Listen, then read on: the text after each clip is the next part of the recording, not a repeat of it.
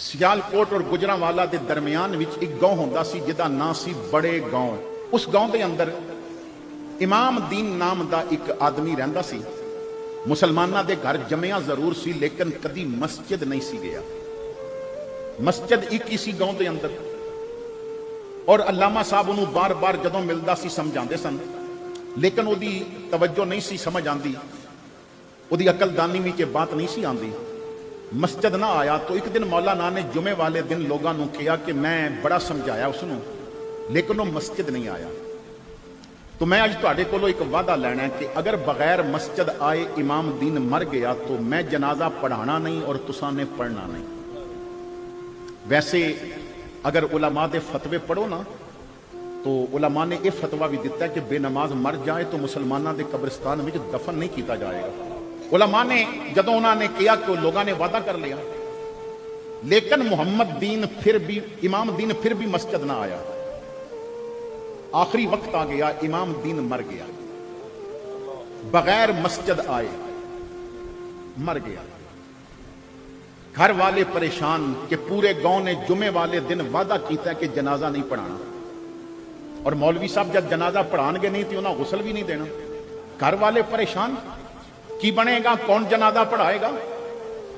गिरां विचों किसी ने आना नहीं लेकिन साहिब किताब लिखते हैं कि मौलाना मस्जिद की छत पर चढ़ के उस वक्त स्पीकर इस तरह नहीं सन होंदे, उन्होंने ऐलान किया कि गिरां वाले इकट्ठे हो जाओ, इमाम दीन मर गया है, उन्होंने गुसल भी देंगे, कफन भी पहनावांगे, चुक के इज्जत नाल कब्रिस्तान भी ले जावांगे, जनाजा भी पढ़ांगे और उन्होंने शान नाल दफन भी करांगे। पिंड वाले इकट्ठे हो गए और उन्होंने कहा मौलवी जी तुहाडा जो तुसां ने अपना फतवा वापस लिया उस ते खुशी बड़ी हुई है पर पूछ सकते हैं कि तुसां ने यह फतवा वापस क्यों लिया। मौलाना की हिचकी बन गई।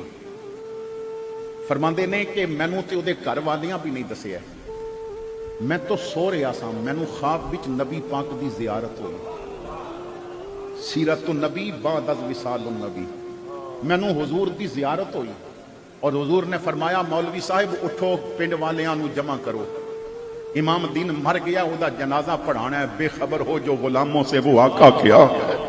मैं अर्ज की आका शरीयत तो जाहिर देख दी है, जाहिरन तो मस्जिद कभी भी नहीं आया।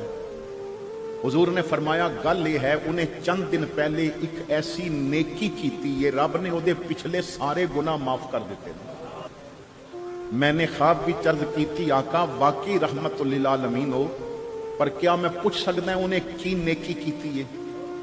तो हुजूर ने फरमाया क्या चंद दिन पहले तुहाडे गिरां अचानक बारिश आई है। तो मैंने अर्ज की आका बिल्कुल अचानक आई है, यकदम बदल चंद लम्हियां दे अंदर बने और बारिश शुरू हो गई।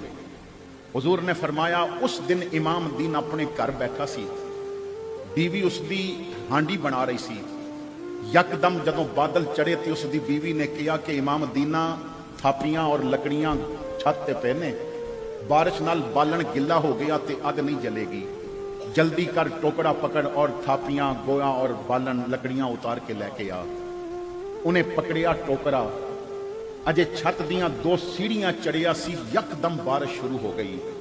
अचानक उहदी नज़र मस्जिद वल गई तो मस्जिद के रोशनदान खुले सन और रोशनदान जदों खुले होंदे ने ते अद्धा इधर होंदा है अद्धा इधर होंदा है। हुण ते रोशनदान वाला सिस्टम नहीं, जिन्हां वेखे ने उन्हां नूं अंदाजा होवेगा। तो रोशनदान खुला सी और बारिश दा कुछ रुख भी उस तरफ सी, तो मस्जिद के रोशनदान नाल बारिश टकरा के ना ते अंदर जा रही सी। इमाम दीन ने टोकरा उत्थे ही सुटिया, दौड़ पिया मस्जिद वाल। बीवी ने आखिया इमाम मुहम्मद इमाम दीन ना बालन पिया सिजदा किधर चलना है। उन्हें आखिया बालन छड़ रब दा घर पिया सिजदा है, अल्लाह दे घर दियां सफा गिलियां हो रही ने, कच्चा फर्श है, अगर चिक्कड़ बन गया नमाजी आनगे जिन्हां सजदे करने ने उन्हां दे मत्थे गिले हो जाणगे, उन्हां दे कपड़े गंदे हो जाणगे।